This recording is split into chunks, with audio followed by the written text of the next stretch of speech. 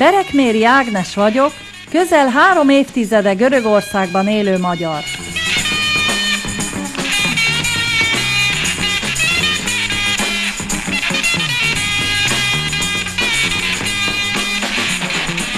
Tartsanak velem, fedezzük fel együtt Görögország vidékeit és ízeit.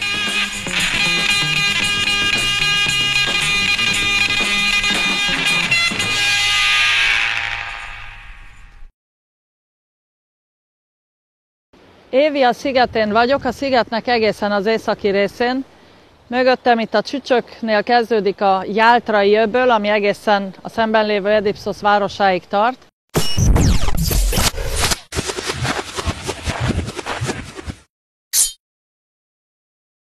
Úgy kerültem én ide, hogy a barátnőmmel megbeszéltem, hogy találkozni fogunk, mivel megígérte nekem, hogy megmutatja, hogy kell előkészíteni egy asztalt úzómezedesszel. Az úzómezedes az úzó fogyasztása mellé készített finom falatok, amiket mi talán borkorcsolyának neveznénk, de itt úzókorcsolyának nevezik. Tehát úzókorcsolyákat fogunk készíteni a barátnőmmel egy nagyon-nagyon hideg téli napon, egy gyönyörű szép helyen, Jáltrában, ahol látszik a hátunk mögött a nagyon hideg tenger.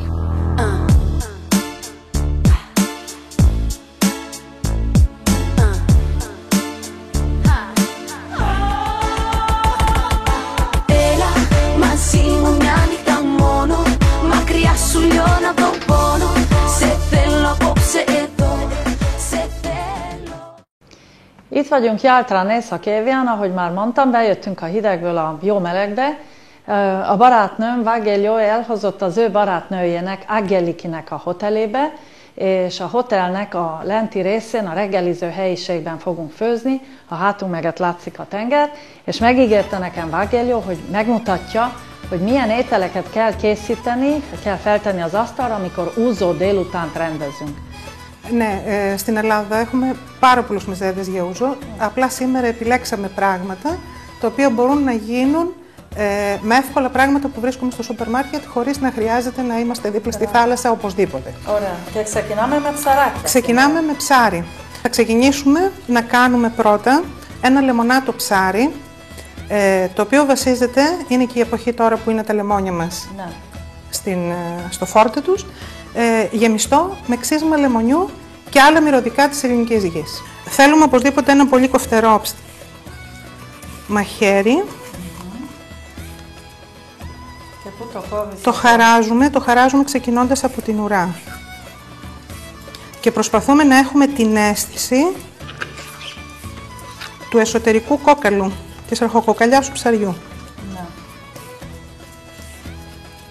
Το κόβεις δηλαδή και τις δύο μερίες να φύγουν το κόκαλο. Ακριβώς. Το χαράζουμε αριστερά και δεξιά και μετά περνάμε ομαλά το μαχαίρι πάνω από τη ραχοκοκαλιά. Και το κόκαλο τι το κάνεις?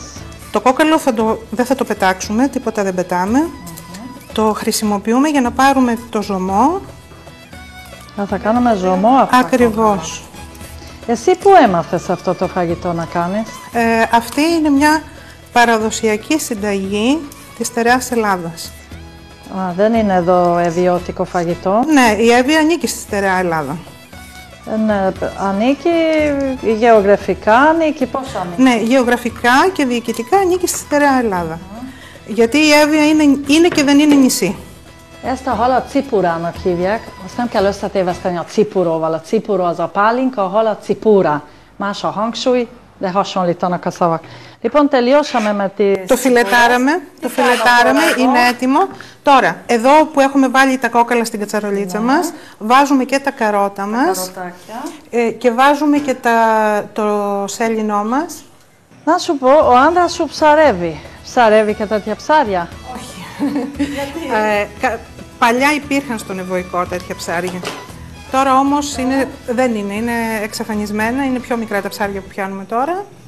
Αλλά τα βρίσκουμε και είναι εξίσου καλής ποιότητας και στα εκτροφία της περιοχής.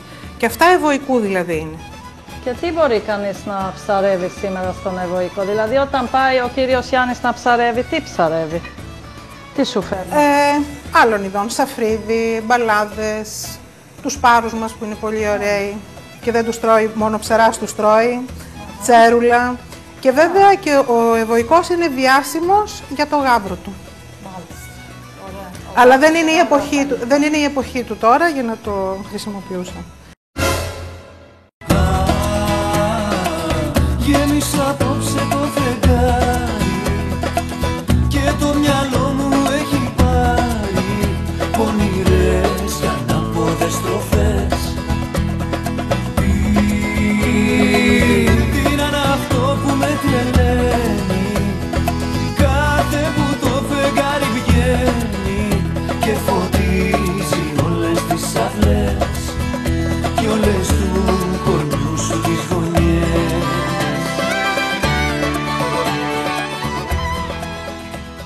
Προσέχουμε όταν φιλετάρουμε το ψάρι μας να είναι τα δύο φιλέτα του ψαριού, να μην τα χάσουμε.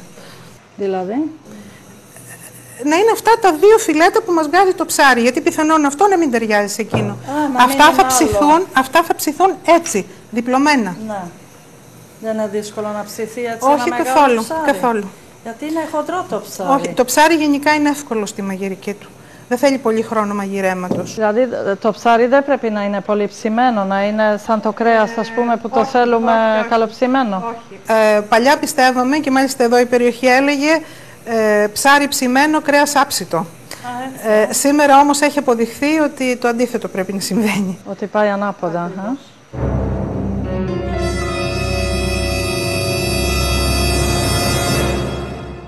Λοιπόν, τώρα ψιλοετοιμάσαμε τα άλλα και λέμε να φτιάξουμε μυδοπίλαφο. Αυτά τι είναι εδώ? Είναι μύδια κατεψυγμένα. Κατεψυγμένα είναι. Τα οποία είναι και αυτό εύκολο να τα βρούμε πια σε όλο τον κόσμο, σε όλα τα σούπερ μάρκετ. Μπράβο, ναι. Και είναι και κάτι το οποίο γίνεται πολύ γρήγορα. Εάν το έχουμε στην κατάψυξή μας, σε πολύ λίγο χρόνο, όπως θα δείτε, μπορούμε να έχουμε ένα μεζέ για ένα φύλλο που θα έρθει ή για το δικό μας κέφι. Τι βάζουμε εδώ? Βάζουμε πάντα τα κατεψυγμένα μας, είναι καλό να τα περνάμε από λίγο ζεστό νερό. Δεν τα ρίχνουμε, ό,τι είναι σάρκα, δεν το ρίχνουμε ποτέ μέσα σε καυτό νερό, αλλά τα βάζουμε μαζί με το νερό σε θερμοκρασία δωματίου, γιατί διαφορετικά θα σφίξει. Θα γίνει πολύ σκληρό. Οπότε βάζουμε νεράκι, εγώ ανάβω τη φωτιά. Θα μου πεις λίγο για τα γιάλτρα. Η τοπική παράδοση, τα γιάλτρα, είναι ένας οικισμός θαλασσινός οικισμός, παρόλο που είναι χτισμένος πάνω σε ύψωμα, γιατί τότε ακόμη και αν ο κόσμος ασχολείται με τη θάλασσα, τα μέρη που κάθονταν τα έχτιζε λίγο πιο ψηλά, για να μπορεί να προφυλάσσεται από διάφορες επιδρομές. Από πειρατές. Βέβαια... Πότε χτίστηκε περίπου το χωριό, θυμάσαι? Όλα αυτά τα χωριά, όλοι αυτοί οι οικισμοί, είναι χτισμένοι πάνω σε αρχαϊκούς οικισμούς, δηλαδή ακόμη βρίσκουμε τάφους της αρχαιότητος. Έτσι, Ναι, απλά ίσως κατά καιρούς να έχουν αλλάξει λίγο η ονομασία, να έχει αλλάξει η ονομασία λίγο ανάλογα με το τι έχει συμβεί, τι πληθυσμοί έχουν έρθει. Μία παράδοση τοπική βέβαια λέει το εξής, ότι επειδή εδώ τώρα που μαγειρεύουμε υπάρχουν θερμά λουτρά, τα οποία είναι ανάλογα, προέρχονται από την ίδια πηγή των θερμών νερών που είναι και της Εδιψού. Που έρχονται βασικά από το ρήγμα της Αταλάντης όλα αυτά. Έτσι δεν είναι, γιατί είναι τα καμένα βούρλα απέναντι. Όχι, και σε αυτό ακόμα υπάρχουν πολλές δοξασίες. Και μάλλον όχι ακριβώς δοξασίες, υπάρχουν και τεκμηριωμένες μελέτες. Ότι ο κόλπος εδώ, ο κόλπος που σχηματίζεται από την Εδιψό και την παραλία των Γιάλτρων ουσιαστικά, ήταν κρατήρας ηφαιστείου αυτό καθ' αυτό. Γι' αυτό έχει και πολύ μεγάλο βάθος. Ξέρουμε θετικά με μελέτες που έγιναν με υλικά χρωστικές, ειδικές χρωστικές, ότι το νερό έρχεται από 2,5 χιλιόμετρα βάθος. Ωραία, ετοιμάστηκαν τώρα αυτά τα μύδια. Τι κάνουμε? Πόσα λεπτά βράσανε αυτά? Για να μαλακώσουν. Για να μαλακώσουν και θα τα βγάλουμε από το νερό τώρα για να τα καθαρίσουμε. Συνήθως τα κατεψυγμένα είναι καθαρισμένα. Αλλά επειδή είναι όστρακα και έχουν κέλυφος και μπορεί να μείνει ένα μικρό υπόλοιπα. Αυτά τα μαυράκια τι είναι που έχουν εκεί μέσα? Θα μου δείξεις τώρα. Μάλλον θα σου δείξω να δεις τι είναι αυτό που προσέχουμε και τι καθαρίζουμε. Τέτοια μύδια μπορεί κανείς να βγάλει από τη θάλασσα? Μπορεί. Υπάρχουν περιοχές που υπάρχουν τα μύδια πάνω στις πέτρες, Αυτά βέβαια είναι καλλιεργήσιμα. Όμως, εμείς τα τρώμε αυτά από τις δικές μας θάλασσες, γιατί ξέρουμε τη θάλασσα και το μέρος που θα πάμε να τα μαζέψουμε.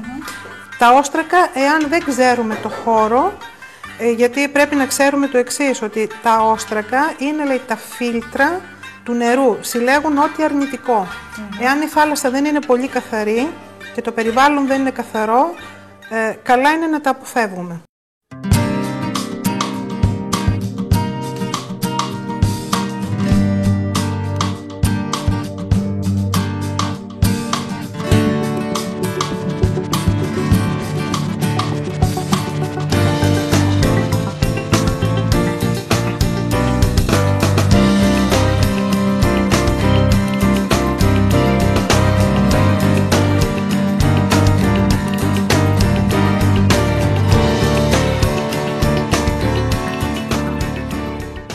Παίρνουμε ένα μύδι στο χέρι, το ανοίγουμε και βλέπουμε μέσα να μην έχει κάτι. Είναι ακριβώς το σημείο που είναι εξαρτημένο από το κέλυφός του. Αυτό είναι κάτι σαν φύκι. Μπορείς να το πιάσεις στο χέρι σου, να δεις πώς είναι. Δηλαδή, αυτό θα πρέπει, γιατί όχι ότι θα πάθουμε κάτι, απλά δεν είναι ωραίο τη στιγμή που το τρώμε να το συναντάμε στο στόμα μας. Οπότε κάθε μύδι ένα μύδι πρέπει να καθαριστεί. Ήθελα να σε ρωτήσω, με τόσα σπίτια που έμενες, πού σ' άρεσε περισσότερο, μάλλον σε ποια πόλη, σε ποια περιοχή? Έχεις κάπου που έχεις έτσι ιδιαίτερη αγάπη? Ναι, επειδή εγώ κατά το ίμιση κατάγομαι από τη Θράκη, οι παππούδες ήρθαν εδώ στο Μεσοπόλεμο, το πόδι μου το ένα πατάει με αγάπη εδώ πολύ στην Έδεια, και το άλλο μου πόδι είναι στη Μακεδονία και στη Θράκη, όπου έζησα και τα περισσότερα χρόνια εξαιτίας της δουλειάς του άντρα μου. Οπότε Θράκη και Εύβοια. Και βέβαια πιστεύω ότι μου έχει δώσει και πολύ διατροφικό πλούτο αυτή η εμπειρία και αυτή η επαφή με όλες τις περιοχές της Ελλάδος. Μακεδονία. Η εμπειρία της μετακόμισης. Ακριβώς. Φτάνει να θες να δεις τα θετικά. Και φτάνει να θέλεις να μαθαίνεις, γιατί καμία φορά σε μαθαίνουν άλλοι και δεν θέλεις να σε μαθαίνουν. Είναι και αυτό το πράγμα. Η μαγειρική πιστεύω ότι είναι πάνω απ' όλα μεράκι. Και αγάπη. Αγάπη πολύ για το σπίτι σου και για τους ανθρώπους που θα προσφέρεις το φαγητό σου. Τώρα βράζουμε εδώ τα μύδια μας με το ριζάκι και μπορούμε να κάνουμε άλλη δουλειά εν τω μεταξύ. Μπορούμε να ετοιμάσουμε το πιάτο μας και τελικά θα σερβίρουμε το ψαράκι μας, το οποίο είναι ήδη έτοιμο. Τέλειο. Και το πιλαφάκι μας δεν θέλει 5-10 λεπτά.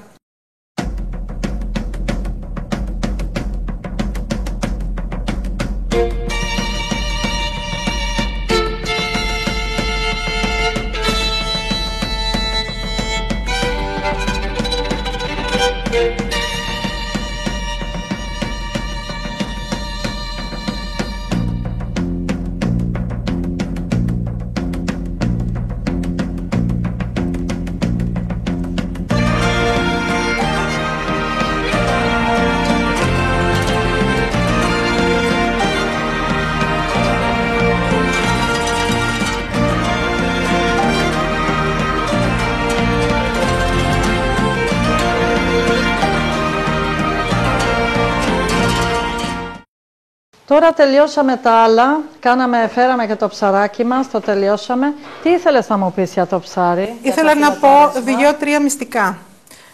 Πρώτον, ποτέ δεν ξεπλένουμε το ψάρι αφού το φιλετάρουμε. Όταν το φιλετάρουμε, δεν πρέπει να έρθει σε επαφή με το νερό για να κρατήσει τις κολλώδεις τους ουσίες, ώστε όταν το γεμίζουμε να μπορεί να ξανακολλήσει και να μας είναι εύκολο να το γυρίσουμε και να το σερβίρουμε.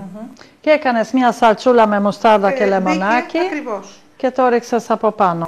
Και αυτό που βάζουμε μέσα, το ξύσμα του λεμονιού, αφού το δοκιμάσουμε, μία φορά το μαγειρέψουμε, μετά κανονίζουμε αν το θέλουμε λίγο περισσότερο ή λίγο λιγότερο. Είναι στη δική μας κρίση. Και τώρα τι αρχίζουμε, τι κάνουμε εδώ? Το πιο γρήγορο και εύκολο μεζέ, ειδικά αν έχεις και λίγο προσφυγική καταγωγή, είναι το σαγανάκι με γαρίδες. Ωραία. Τι κάνουμε? Το πάλι χρησιμοποιώ κατεψυγμένη γαρίδα για ευκολία. Βέβαια, όποιος μπορεί και βρίσκει, είναι εύκολο να βρει και την... εάν όμως πάρουμε νοπή γαρίδα, καλό είναι να την βράσουμε και να την καθαρίσουμε. Ούτως ώστε όταν το τρώμε, εκτός αν μας αρέσει λίγο να λερωνόμαστε. Όταν την τρώμε να μην έχουμε στα χέρια μας τα κόκαλά της και τα μουστάκια της. Και βλέπω βάζεις μεγάλες γαρίδες. Ναι. Βάζω νεράκι. Ναι, βάζουμε νεράκι να πάρει απλά μία βράση και να φύγει ο πάγος. Σε όλη την Ελλάδα τρώνε γαρίδες. Βόρεια τι κάνουν, Βόρεια Ελλάδα τρώνε, εκεί δεν είναι και τόσο πολύ του ψαριού ή είναι? Όχι, είναι γιατί όλη η Μακεδονία και η Θράκη βρέχεται και αυτή από θάλασσα από το ένα μέρος. Βέβαια, μεσολαβούν τα βουνά, στο πίσω μέρος των βουνών, νομίζω ότι η κουζίνα μοιάζει πιο πολύ με τη δική σας, της Ουγγαρίας. Μπορεί, ή με τη κουζίνα των πιο βόρειων. Ναι, γιατί εκεί εκμεταλλεύεσαι πια όχι το ψάρι, το οποίο τώρα βέβαια φτάνει και σε εκείνες τις περιοχές, εκεί εκμεταλλεύεσαι πια τα ωραία κρέατα που υπάρχουν. Οπότε τώρα για τις γαρίδες θα κάνουμε μία σαλτσούλα με ντομάτα. Ναι. Και θα τις περάσουμε έτσι μαζί με τη σάλτσα. Και εκεί θέλει προσοχή, δηλαδή πριν ρίξουμε τις γαρίδες, επειδή οι γαρίδες έχουν πάρα πολλά υγρά, όσο και αν τις στραγγίσουμε, η σάλτσα πρέπει να είναι πολύ σφιχτή, να μην έχει καθόλου σχεδόν υγρά.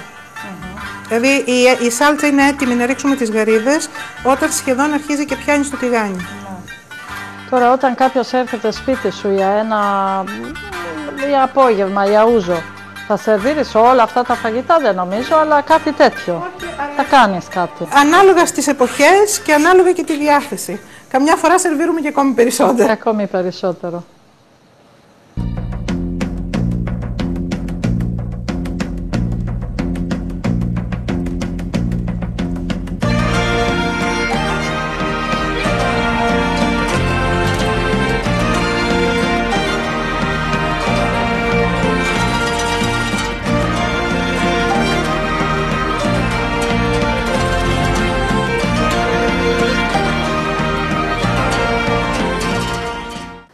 Τελικά, Βαγγελιό, ήρθαμε στην Αγγελική, στο ξενοδοχείο της, πάνω στη θάλασσα και ολοκληρώσαμε ό,τι θέλαμε να κάνουμε. Πες μου τώρα ένα. Καταρχήν, πες μου τι είναι το ούζο. Όλο ούζο μεζέδες. Κανείς το ακούει που δεν είναι Έλληνας, δεν ξέρει τι είναι αυτό το ούζο. Τι είναι?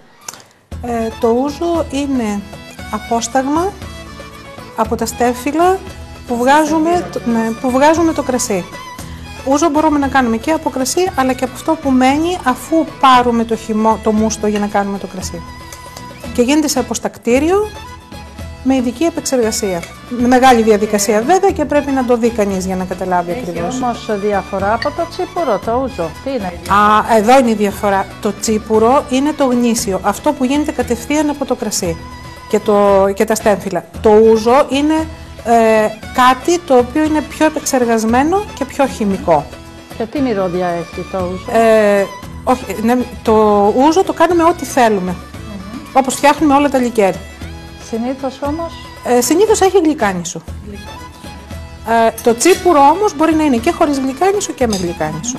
Οπότε όλα αυτά εδώ είναι ουζομεζέδες, δηλαδή ό,τι σερβίρουμε με ούζο. Ναι, και συνήθως ειδικά αυτό που μου σέρβιρες προηγουμένως μπορεί να έχει μέσα και λίγο ούζο. Αντί για κρασί μπορεί να μπει λίγο ούζο. Λίγο τσίπουρο. Μου λες τι είναι όλα αυτά? Να διαχωρίσουμε λίγο το ούζο με το τσίπουρο. Το ούζο είναι πιο πολύ κάτι που δουλεύτηκε και έγινε στα μικρασιατικά παράλια και στα νησιά, ενώ το τσίπουρο έχει να κάνει πιο πολύ με τη στερεά Ελλάδα και τη Θεσσαλία.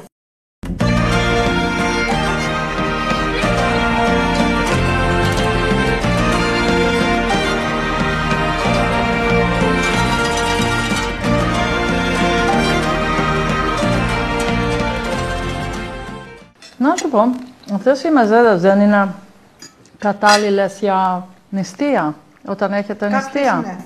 Δηλαδή το μυδοπίλαφο είναι πολύ κατάλληλο. Το χταπόδι εκεί που ήδη είχαμε ετοιμάσει είναι επίσης. Το ντολμαδάκι, το οποίο δεν έχει κρέας, είναι επίσης κατάλληλο.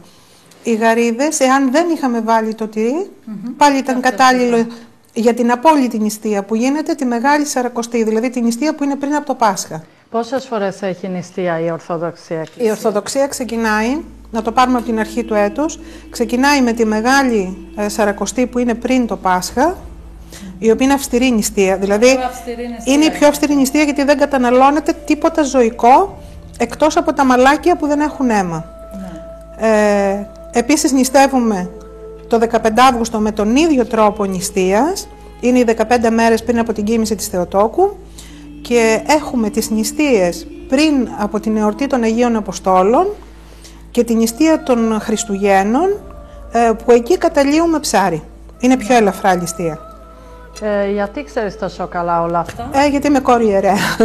Ο μπαμπάς σου ήταν ιερέας. Είμαι κόρη ιερέα και ανιψιά ιερέα. Οπότε ξέρεις πολύ καλά όλα αυτά τα θέματα. Ήθελα να σε ρωτήσω, θέλω να κάνω έτσι μια βόλτα τώρα μετά και μ' αρέσουν τα μοναστήρια, οι εκκλησίες, όλα αυτά. Πού να πάω, τι λες εσύ, πού να? Έχουμε αρκετά μοναστήρια στην περιοχή μας, αλλά ένα πολύ καλό προσκύνημα και εύκολα προσβάσιμο είναι το προσκύνημα του Αγίου Ιωάννου του Ρώσου.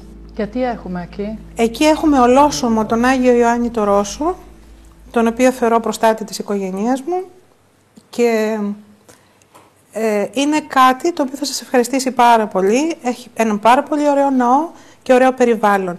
Και μας έχει έρθει από τη Ρωσία, εξού και Άγιος Ιωάννης ο Ρώσος. Μάλιστα. Ήρθε με τους πρόσφυγες από τη Ρωσία. Προτίμησαν να μην πάρουν τα ρούχα τους. Αλλά πήραν τον Άγιο τους. Εκεί θα πάω και θα σε θυμάμαι και σε ευχαριστώ πάρα πολύ για όλα αυτά. Και να είσαι καλά, να σε προστατεύει ο Άγιος Ιωάννης ο Ρώσος. Να είστε καλά.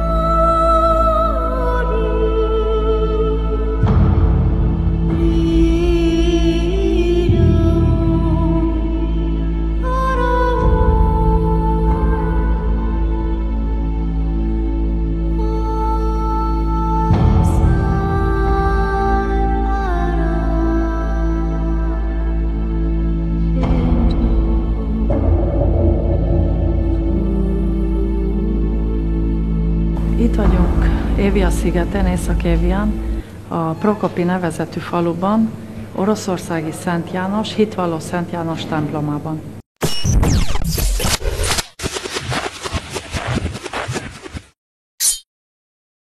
Oroszországi Szent János egy egyszerű emberként született 17. században kis Oroszországban. Felnőtt, aztán bekerült Nagy Péter cár hadseregébe. Elment a háborúba, az orosz-török háborúba. Fogságba esett, a tatárok fogságába, a tatárok pedig eladták őt a törököknek. Egy nagypénzű török urasághoz került, aki minden módszert bevetett ahhoz, hogy megváltoztassa Jánosnak a hitét. De János jó keresztény volt, és minden kínzás és éheztetés ellenére megőrizte hitét. Ezt látván a török uraság megszerette Jánost, és szolgasorsba emelte, a rabszolgasorsból, és kiadta neki azt a feladatot, hogy az állataival foglalkozzon. János az istállóban lakott, de amikor látták, hogy mennyire jó ember és szent ember, felajánlották neki, hogy egy kis szobában lakjon, és annyi legyen a dolga, hogy az állatokkal foglalkozzon. János ezt visszautasította, ott maradt az istállóban egész élete végéig. Mikor érezte, hogy a halála közeleg, szólt a papnak, hogy fel kellene szentelnie, meg kellene adnia neki az utolsó kenetet. A pap nem mert a török uraság házába menni az eucharisztiával, az utolsó kenettel, azt eldugta egy almába, és így kapta meg János a felszentelést. 3 év múlva a papnak látomása lett. Azt látta álmában, hogy Jánosnak a teste nem olvadt el. Kicsődültek mindannyian a sírhoz, kinyitották a sírt, és nagy meglepetéssel tapasztalták, hogy valóban Jánosnak a teste teljesen épp.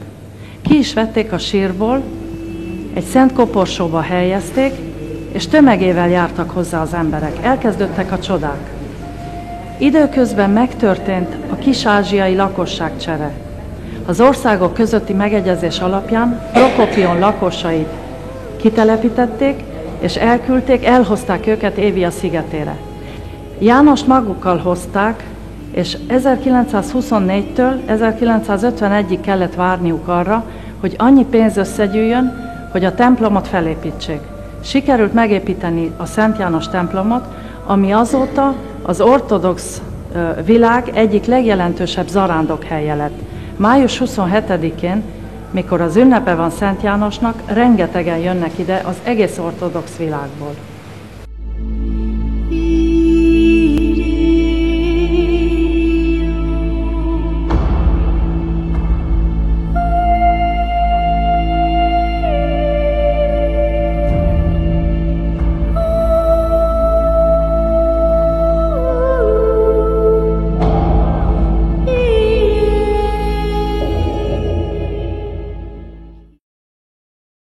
Ήταν με την ανταλλαγή τότε των πληθυσμών το 1924. Είναι μία σειρά από ιστορίες θαυμαστές πώς συσκεύασαν τα πράγματα, ακόμη και το λείψανο του Αγίου. Το λείψανο του Αγίου το είχαν, δεν τους αφήνανε οι Τούρκοι να το πάρουν. Αυτό λέω, πώς το φέραν. Και νύχτα πήγαν αυτοί, πήραν τη λάρνακα του Αγίου, την έντυσαν γύρω-γύρω με χαλιά, έβαλαν στις άκρες δεξιά και αριστερά από μία τσάντα καρύδια. Αλήθεια. Ναι. Και όταν το έβγαλαν έξω από το ναό και πήγανε με άλλες εικόνες, τις οποίες έβαλαν και αυτές μέσα, τους είπαν οι Τούρκοι, πάρτε ό,τι θέλετε εκτός από το σώμα του Αγίου. Όταν έφτασαν εκεί, οι Τούρκοι τις εικόνες δεν τις θέλουμε. Θέλουμε όμως το σώμα του Αγίου, διότι ο Άγιος είχε κάνει θαύματα σε πολλούς από αυτούς και στους μουσουλμάνες. Στη γιορτή εκεί στην Καπαδοκία, κάτω από τον τάφο του Αγίου, είχε, να το πω έτσι, γούρνες στο σώμα, κάτω στο χώμα, ήταν γεμάτες από αγίασμα νερό και έπαιρναν, βρεχόντουσαν οι Τούρκοι και οι Έλληνες και πολλοί βρήκανε, γινόντουσαν καλά γιατριά. Δεν τους αφήσανε να το πάρουν. Και βρέθηκε αυτός ο άνθρωπος, ένας κύριος Παπαδόπουλος, μαζί με τους επιτρόπους, νύχτα συμφώνησαν, μπήκαν στο ναό του Αγίου, συσκεύασαν, όπως σας είπα, το σώμα του Αγίου και από το Προκόπιο μαζί με τα πράγματα και τον πληθυσμό φτάσανε στη Μερσίνα, εκεί κάτω. Περνώντας από το τελωνείο τους είπαν, τι είναι αυτό το μπαούλο? Και είπε ο υπεύθυνος, ο οποίος ήταν ο κύριος Παπαδόπουλος, τους λέει, αυτά είναι προσωπικά μου πράγματα από την οικογένειά μου, από το σπίτι μου, και μέσα ήταν το σώμα του Αγίου.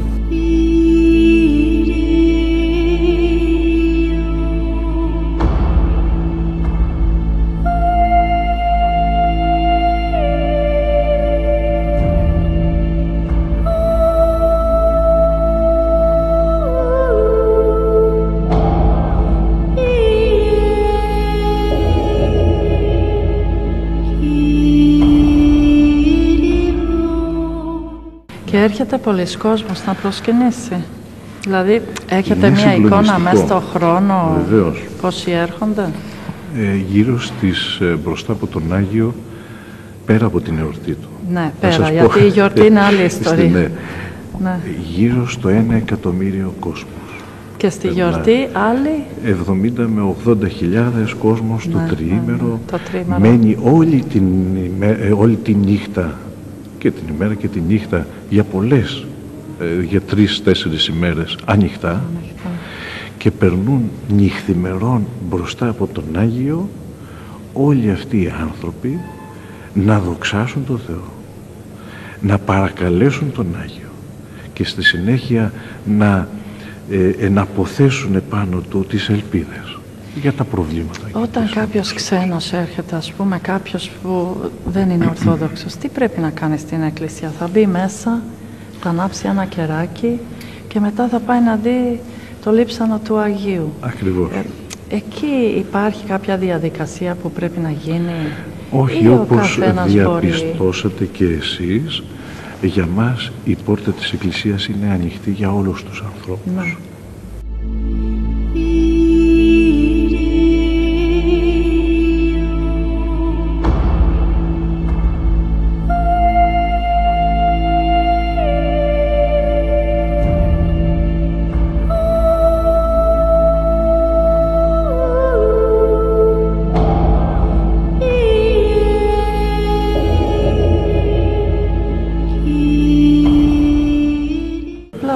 δίψανο έχει κάποια δώρα. Τι είναι αυτά ακριβώς αυτό? Αυτά ακριβώς είναι αφιερώματα. Ναι.